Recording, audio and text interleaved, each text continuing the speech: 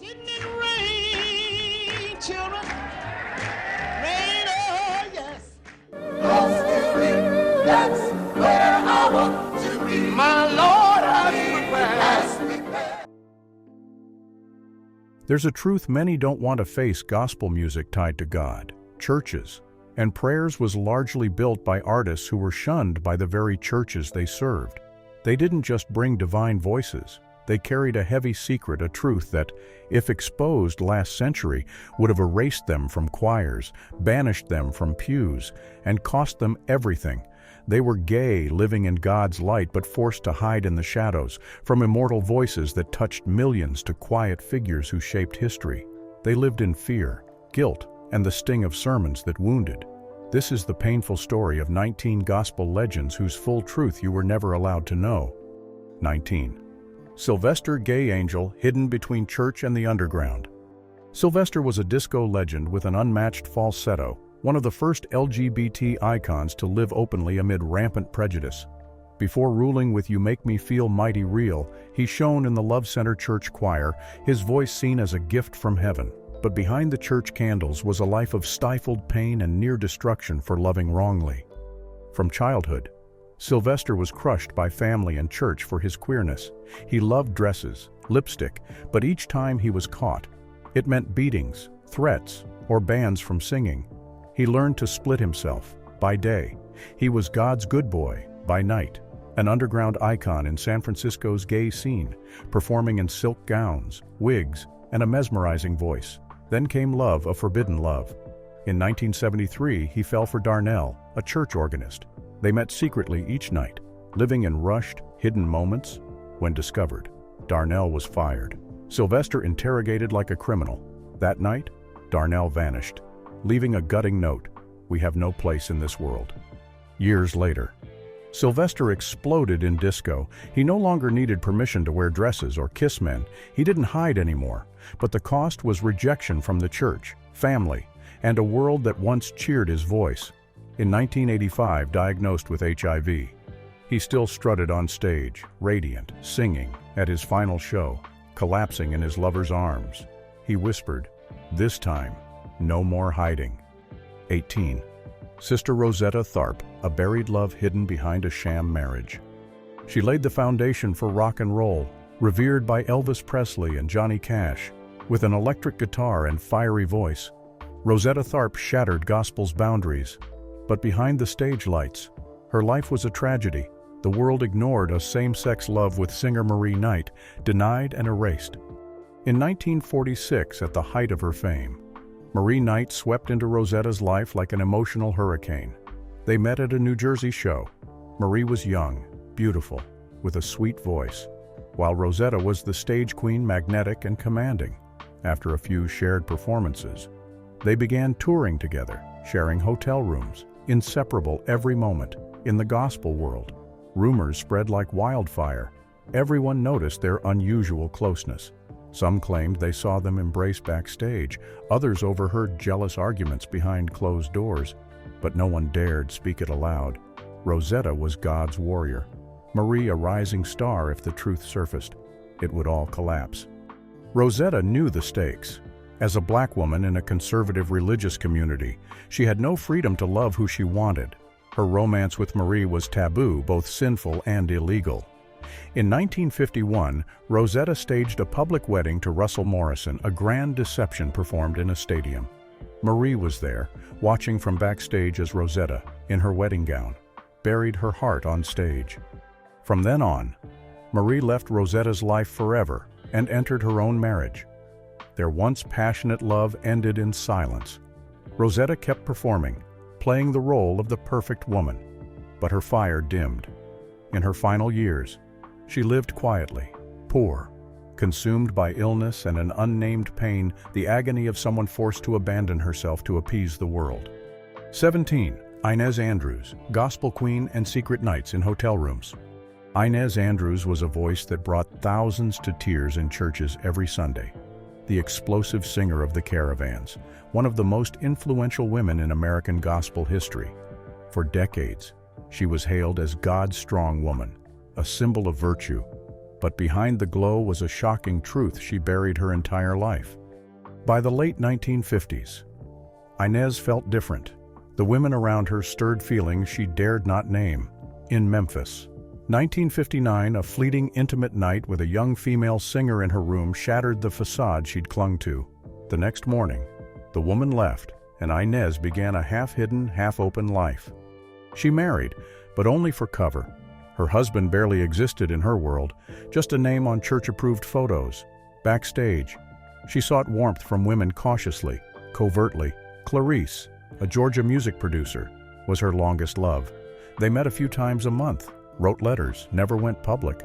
But Clarice's husband broke her bones after finding one of Inez's letters. They never appeared together again. In 1968, things nearly unraveled when a Caravans member hinted to the press about the group's unholy lives.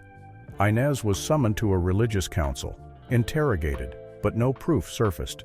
She denied everything, but grew cold, distant, withdrawing from long tours. Her only solace was Clarice's occasional secret letters. One read, "The church may not forgive, but God understands." When Inez died in 2012, Clarice's name and their love remained a secret. Her love lived like a flame trapped in a jar burning, but never allowed to blaze. 16. Marie Knight, secret love on tour with her lover. Marie Knight was one of gospel's most celebrated voices, adored for her powerful vocals and emotional performances. She was the perfect stage partner to gospel guitar legend Sister Rosetta Tharpe, together shaking black churches across America. But behind the spotlight was a secret that kept her in fear for decades. In 1946, Marie met Rosetta Tharpe during a cross-state tour. From their first rehearsal, the air between them crackled. They became inseparable, singing together, sleeping on tour buses, sharing hotel rooms, even clothes. But what stunned was what happened at night: stolen embraces, sweet words backstage, secret kisses hidden under the guise of close colleagues.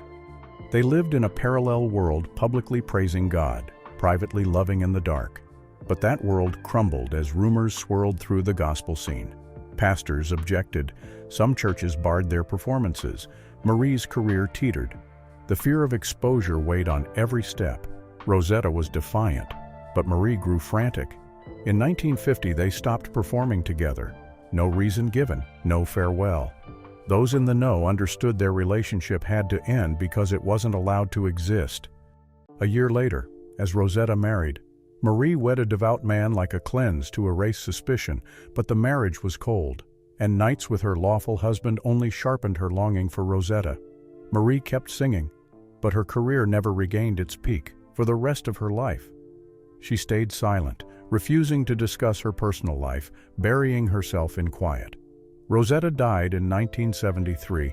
Marie didn't attend the funeral. That day, she sat in her room, clutching an old guitar, crying until her voice gave out. She loved, she suffered, and she paid the price with a lifetime in the shadows. 15. Clara Ward, gospel icon and a same-sex story buried behind the spotlight.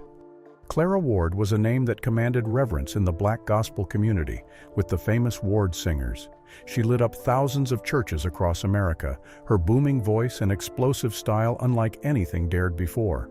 Clara was a pioneer, an icon, the uncrowned queen of sacred music. But behind her songs of faith was a life choked by a secret she could never admit. She loved women, an unthinkable sin in the gospel and church-bound world. Her first relationship began in 1953 with Evelyn, a vibrant 21-year-old backup singer. They sneaked away after shows, claiming prayer time, but really vanishing into nameless hotel rooms. Clara's mother, Gertrude Ward, discovered them one night in Savannah and lashed out. A single handhold in the dark was enough to get Evelyn expelled from the group. No explanation needed. The budding romance withered fast. Left with no choice, Clara lived a double life. On stage, she shone, saintly in her white gown. Backstage, she hid every touch, glance, and quiet night escaping to meet the women she loved. She once entangled with a drummer, a ploy to distract the public. But insiders whispered, pastors tightened oversight, separating the group's quarters. In 1958, a massive blow struck. Clara's longtime lover, a female music producer, died in a car crash right after a fight with her. Some said it was a death from a broken heart. Clara broke down, sobbing through a New Orleans tour. to the public. She called it losing a dear friend. She was never allowed to say what they truly were. No one dared ask. By the late 1960s, Clara visibly weakened.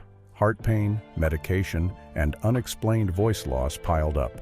But beneath it was an unspoken exhaustion, a collapse from not living authentically. In 1972, she said on TV, "God loves us all even if we're not the same." The remark turned churches against her. She stayed silent. A year later, she collapsed on stage and died, taking her greatest secret to the grave. The world worshipped Clara as a gospel goddess. But the women who loved her could only sit quietly at the back of her funeral, as if they never existed. Everyone heard Clara's voice, but no one knew the pain she locked into every note. 14. Alex Bradford, gospel angel shouting for God, but never daring to cry out his love's name. An irreplaceable name in American gospel history. Alex Bradford conquered churches and studios with a voice like holy fire descending. He composed, performed, and inspired icons like Mahalia Jackson and Little Richard. His songs became classics, his magical stage presence earning him the title Modern Gospel's Spiritual Professor. But behind the glory, a story was never fully told. From the late 1940s, as a young artist, Bradford faced crushing moral pressure from the church. A gesture too bold, a glance misplaced, was enough for warnings, rumors, and close scrutiny. By the early 1950s, on tours across the South, he began his first relationship with a pianist named Leonard. They couldn't be open, but no one missed it. A rushed kiss backstage in Montgomery in 1956 got Leonard fired from the tour, while Bradford signed a humiliating pledge to uphold morality. From then, he lived like a shadow, loving only those who knew the rules, meeting in discreet Harlem motels, connecting in silence, and parting before dawn. To fool the world, he invented an ideal partner named Deborah. For 10 years, they appeared together, but were strangers at heart. When Deborah left to marry for real, he didn't protest. He had no right. He'd never been true there. Bradford grew more guarded. A near arrest at a gay bar in New York nearly cost him everything. That night, he retched in a bathroom like a man facing death, not from fear of jail, but because if his name hit the papers, his career, his life, would turn to ash. He considered fleeing to Europe but returned. He kept singing of heaven, knowing he'd never reach it his way. In the end, Bradford died in silence, just as he loved. 13. Wilmer Broadnax, legendary male voice revealed as a woman hidden all her life. Wilmer Broadnax was a titan in Black American gospel music, a core member of the Spirit of Memphis Quartet and later the Fairfield Four. He was one of the standout voices in gospel's golden age. His angelic high voice, bold performances, and masculine style made him an irreplaceable icon. But behind the glory, Broadnax lived a lifelong deception. Born female, he lived entirely as a man and no one ever suspected. In the 1940s, he crafted the image of a small but tough guy, always polished, reserved, and notably distant from others. His career was a series of careful evasions, concealments, and flawless acting. Exposure wouldn't just cost his job, it would strip his honor and place in a community deeply hostile to gender nonconformity. Broadnax loved several women, but all were clandestine affairs, disguised as close colleagues. He and his lovers exchanged letters, met backstage, even spent nights in shabby motels on tour routes. His most heartbreaking romance was with Darlene Jenkins, a young singer who toured with him in 1958. Darlene knew Wilmer's true identity, but loving each other in that era meant risking ruin. Their relationship lasted a few desperate years until a bandmate caught Wilmer changing backstage. The evidence was undeniable. Wilmer was immediately cut from shows. Darlene was whisked back to Baton Rouge by her family, never mentioned again. His disguise was hushed up because his fame still profited the group. Only after his death in 1992, following a mysterious brawl with his brother, was Broadnax revealed to be female. The media erupted. Those who once praised him turned away. But to a new generation, Wilmer became an icon, a person who lived authentically in a society that refused to accept it. 12. James Cleveland, gospel king, and a stunning secret about same-sex lovers. James Cleveland was an untouchable monument in American gospel. He founded the Gospel Music Workshop of America, mentored generations of artists, and brought sacred music to national TV, to Aretha Franklin. He was a musical father, but few knew he carried secrets to his grave. On stage, he was a pastor, leading fiery hymns. Backstage, he was the secret lover of young male choir singers, slender boys with angelic voices. From 1967, when a young singer joined his choir, Cleveland began a string of covert affairs, cloaked as spiritual mentorship. They dated on Southern tours, hotel rooms becoming emotional havens. He never admitted anything, but rumors swept Atlanta, Alabama, even New York.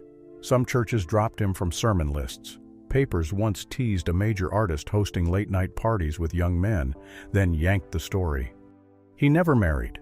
The young men living with Cleveland were called adopted sons, but some were lovers. Harold, his longest partner, stayed nearly a decade.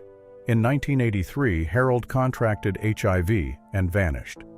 Cleveland changed, less smiling, coughing, avoiding the press. In 1987, he was hospitalized for pneumonia, then disappeared from shows. In 1991, he died of AIDS complications. Days after his death, a former housemate accused Cleveland of abuse and infecting him, claiming he lived a double life. The gospel community reeled. Some defended him, most stayed silent. His legacy split. His name faded from most tributes, leaving only whispers that he loved, suffered, and wrestled between God and his true self. 11. Edwin Hawkins, gospel king and a hidden same-sex love kept secret for half his life. Edwin Hawkins wasn't just a big name. He was an icon who took gospel from churches to the world. His Oh Happy Day smashed barriers between sacred and mainstream music, hitting Billboard charts and marking history. But behind the acclaim, Hawkins hid a secret he never dared voice, a nameless, unacknowledged love that could never be fully lived.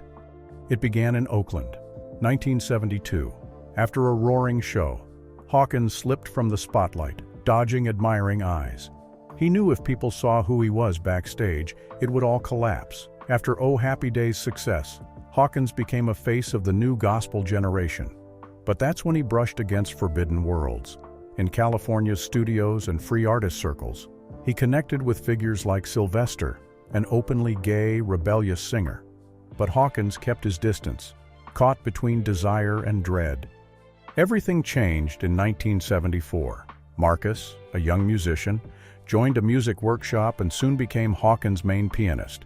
They lived, worked, and traveled together for 6 years. But publicly, they were just close colleagues. No one knew, and no one could know. Quiet rumors spread. Some churches stopped inviting Hawkins. Fans grew suspicious. In 1980, under crushing pressure, Hawkins cut ties with Marcus, who openly loved another artist. Hawkins never mentioned him again, but friends said he nearly broke after the split.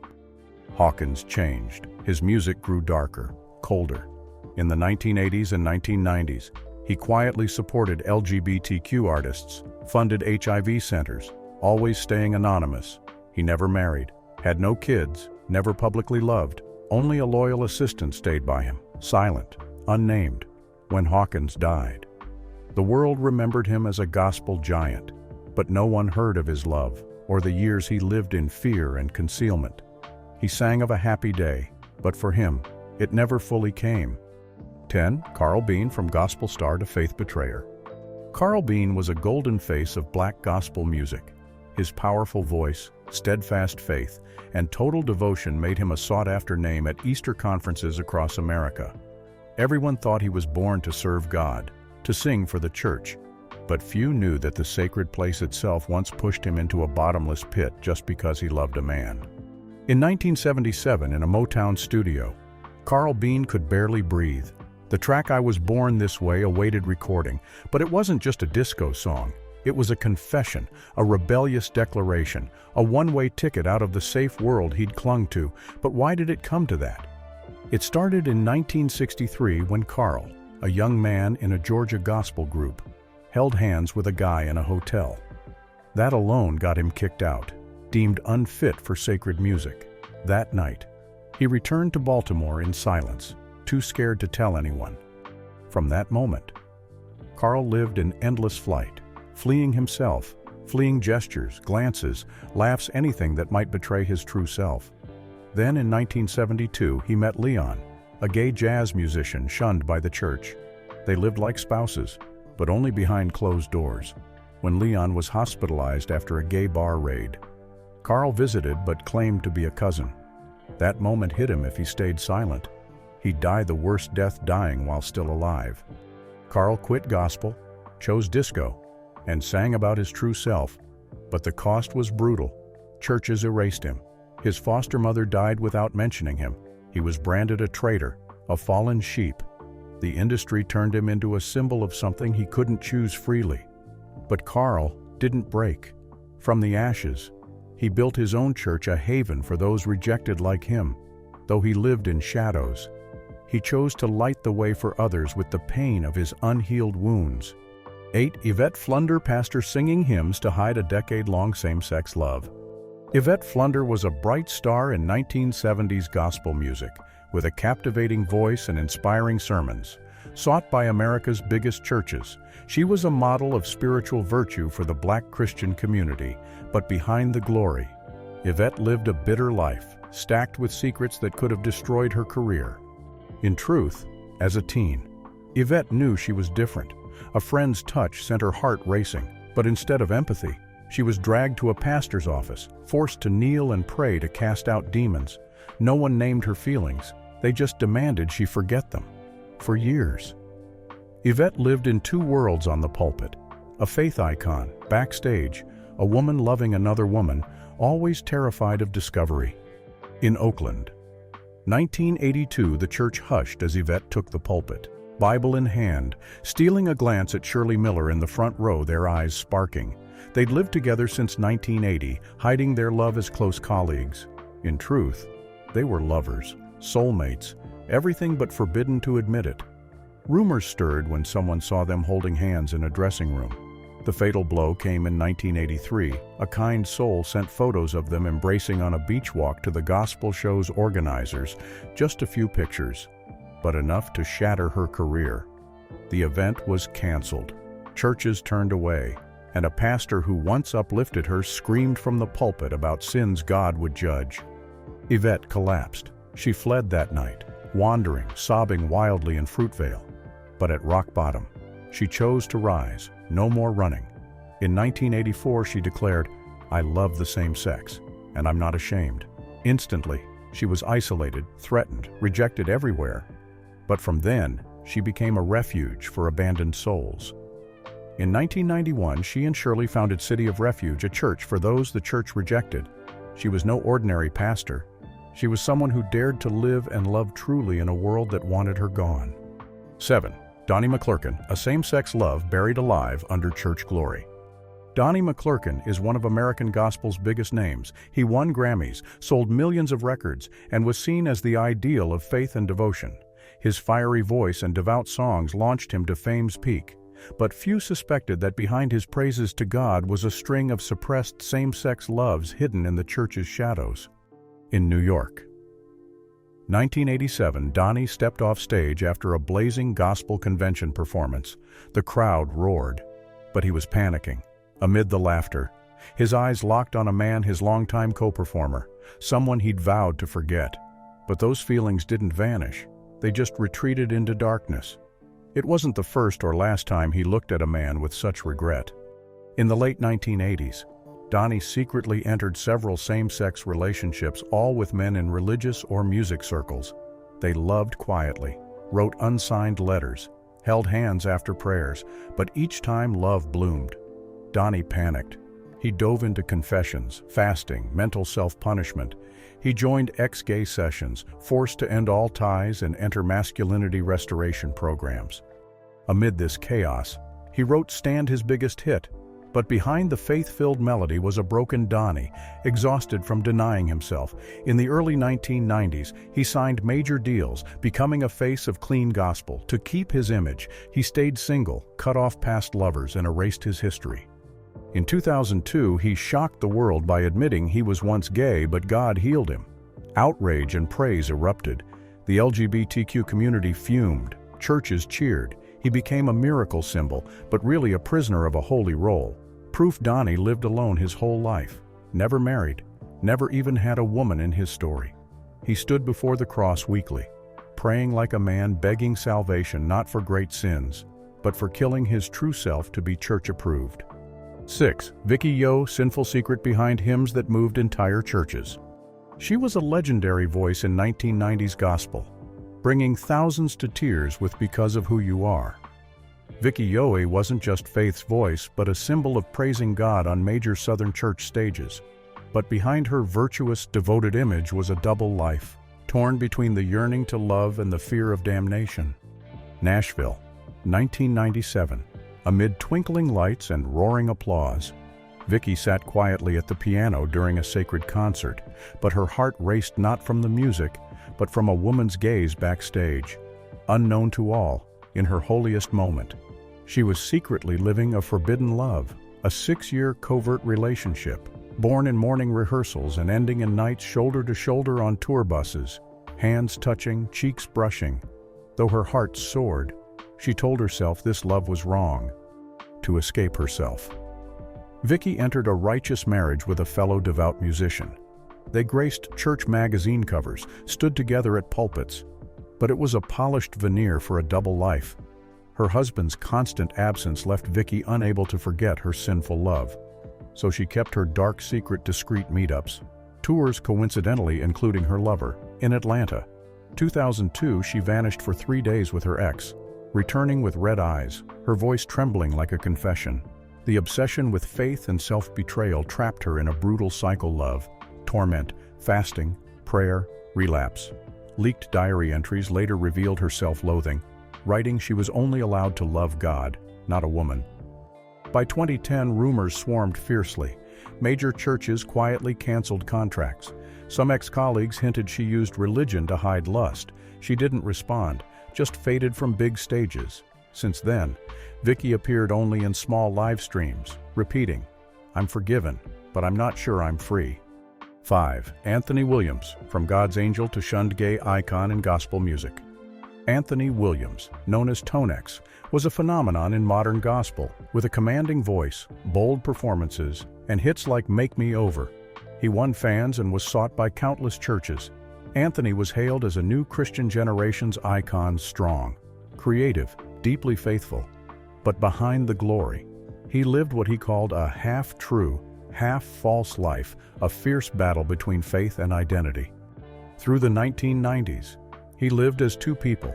One was the model Christian star, leading anti-gay campaigns, hobnobbing with powerful pastors. The other was a terrified man secretly dating musicians, young singers, sending covert letters, sharing lingering looks in studio mirrors, and leaving hotels at midnight. Sometimes, an ex-lover was fired for standing too close. Sometimes, he questioned if he still believed in God or was just playing the good faith child. In 2005, a blurry photo of him with a man tore off his mask. Churches canceled shows. Colleagues turned away. At the same time, his 5-year romance ended when his lover couldn't endure the hidden life, leaving a bitter note, "You love God, but God can't want you living like you're dead." That gave him courage, though it took 5 more years to act. Coming out in 2010 as B. Slade, he burned everything he had, as predicted. His holy image was shredded. His old community cursed him.